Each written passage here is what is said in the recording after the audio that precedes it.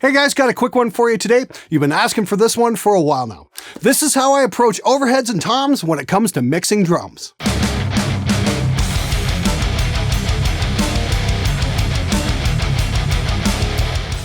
Okay, first up, let's take a look at the overheads. This is a clip from a recent video. It's a nice simple beat and it's easy to demonstrate what's going on. Generally, I'll throw a fair amount of compression on the overheads and a touch of EQ. I don't like boosting the high frequencies on these mics as I find there's plenty going on up in the treble end of the spectrum and I don't want to tear the listener's ears off. Check this out. Here's the raw overheads.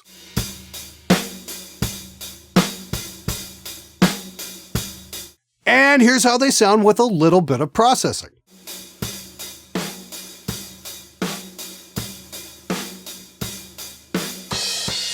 So what's going on here is I'm stomping down on the snare hits in the overheads to get more of a crushed sound. I'll set my attack and release as fast as possible and dial in the threshold until the snare is brought under control. I like to get my snare attack from the close mics and the sustain from the overheads.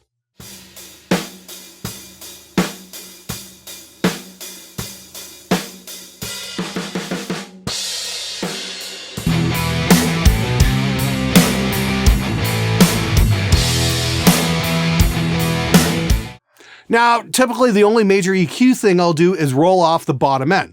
Depending on the song and how dense the mix is, how much double bass is going on, I'll roll off anywhere from 100 Hertz all the way up to 600 Hertz. You'll find this can really clean things up in your mix.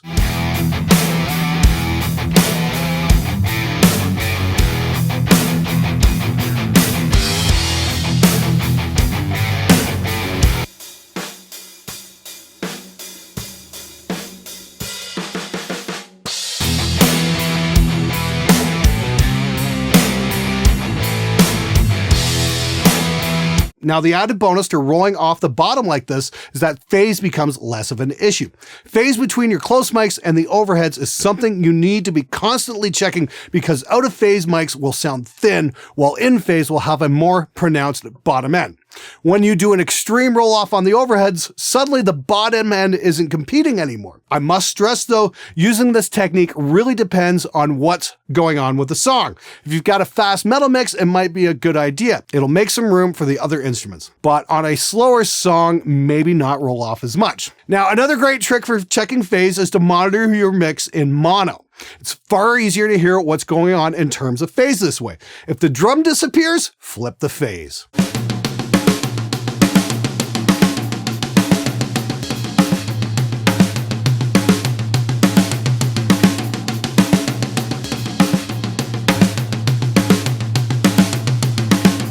And that brings us to the toms. Now, I really like working with these. These are your cannons and they should go boom. The first thing you want to do is to gate them effectively.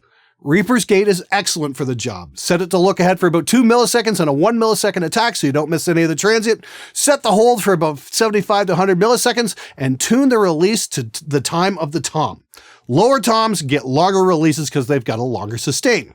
You'll have to play with this, of course, depending on how close the drummer has his cymbals to the toms and how hard he smashes these.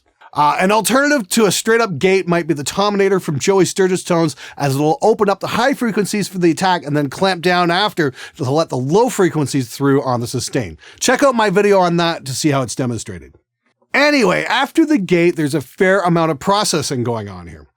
I'll use the recent drum solo video from Jackson Ward here as an example, as he actually hits the toms more than once or twice here. First up, I'll hit the Slate Virtual Console, followed by the lift with quite a bit of high lift thrown in. This is one of these plugins, you just turn it up till it sounds good. After that, I'll hit it with the EQ, some 10K shelf, a little 5K peak, and a generous scoop around 550 Hertz, depending on the drum, and a roll off at 90 Hertz or so, once again, depending on the drum. And again, lower toms get treated differently than the higher toms. I'll follow that up with revival and some shimmer dialed in, and then hit it pretty hard with the FG401 compressor. 4:1 ratio, slow attack, medium fast release. And lately, I've really been enjoying the DF Clip plugin from Drumforge just to tame any peaks that might get out of control. The tilt and multi-band clip controls are great for adding maybe just a little bit of bite into the drum so it'll cut through.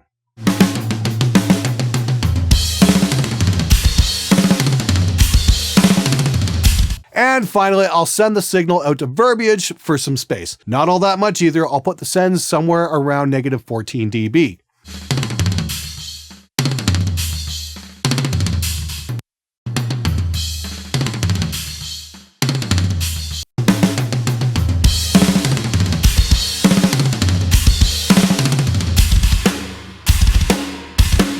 And that's basically it. Next episode, we'll get into room mics and how to treat them. After that, we'll get into some much more advanced mixing techniques, including some of the newer plugins like Drumatom and Drum Leveler, as well as some of the rather unique gate and EQ plugins found in Mixbus.